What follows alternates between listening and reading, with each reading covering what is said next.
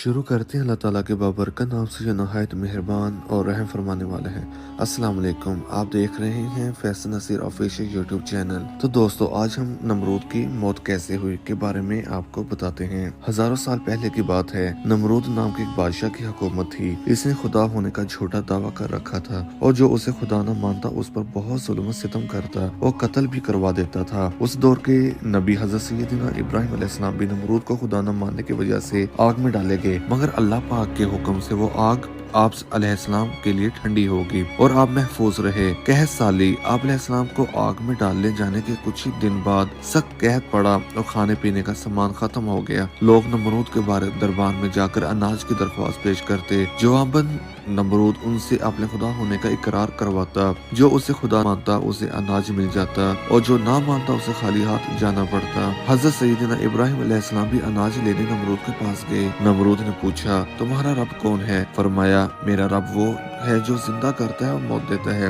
ये सुनकर नमरूद बोला, ये कुदरत तो मेरे पास भी है। ये कहकर उसने दो कैदी बुलवाए, एक को छोड़ दिया और एक को कत्ल करवा दिया। आप अलैहिस्सलाम ने नमरूद की कम अकली देख कर फरमाया, मेरा रब मशरिक से सूरज को निकालता है, अगर तू खुदा है तो मगरिब से सूरज निकाल कर दिखा। ये सुनकर नमरूद हैरान हो गया और कोई जवाब न दे सका। कुछ देर बाद अपनी शर्मिंदगी मिटाने के लिए बोला, मेरे पास अनाज नहीं है, जाओ अपने रब से जाकर अनाज मांगो। आप अलैहिस्सलाम नमरूद के दरबार से निकल आए और घर की तरफ चल पड़े।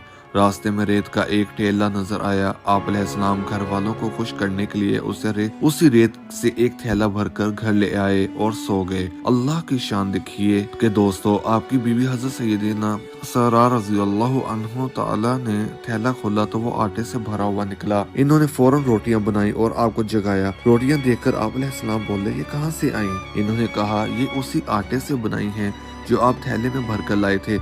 आप अलैहिस्सलाम समझ गए कि अल्लाह पाक की तरफ से रेत आटे में तब्दील हो गई। चुनांचे आप अलैहिस्सलाम ने अल्लाह पाक का शुक्र अदा किया। उधर अल्लाह पाक ने इंसानी शक्ल में एक फरिश्ता नमरूद के पास भेजा। फरिश्ते ने उससे कहा, तेरा खुदा कहता है तो मुझ पर ईमान ले आ, मैं तेरी बादशाहत बरकरार रखूंगा। नमरूद बोला, कौन खुदा? खुदा तो सिर्फ मैं हूँ।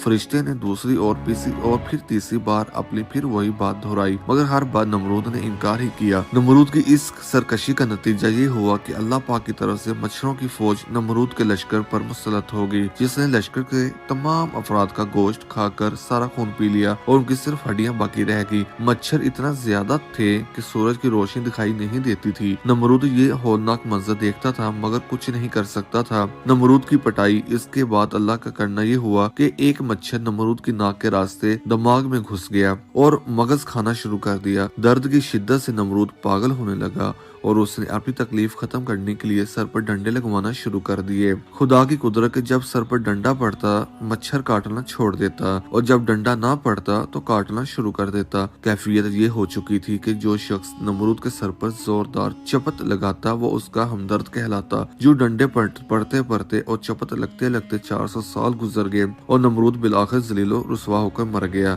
तो इस हकायत से हमें ये हासिल होता है, प्यारे मदनी मुन्नो और मदनी भाइयों, हमारा सारी कायनात का रब अल्लाह पाक है जो हमें रिस्क देता है, वही जिंदगी और मौत अता फरमाता है। सूरज और चांद का निकलना, दिन रात का आना जाना सब अल्लाह सुब्हानहू व तआला की मर्जी और उसके हुक्म से है। जो अल्लाह सुब्हानहू व तआला की नाफरमानी करता है इसका अंजाम बहुत बुरा होता है।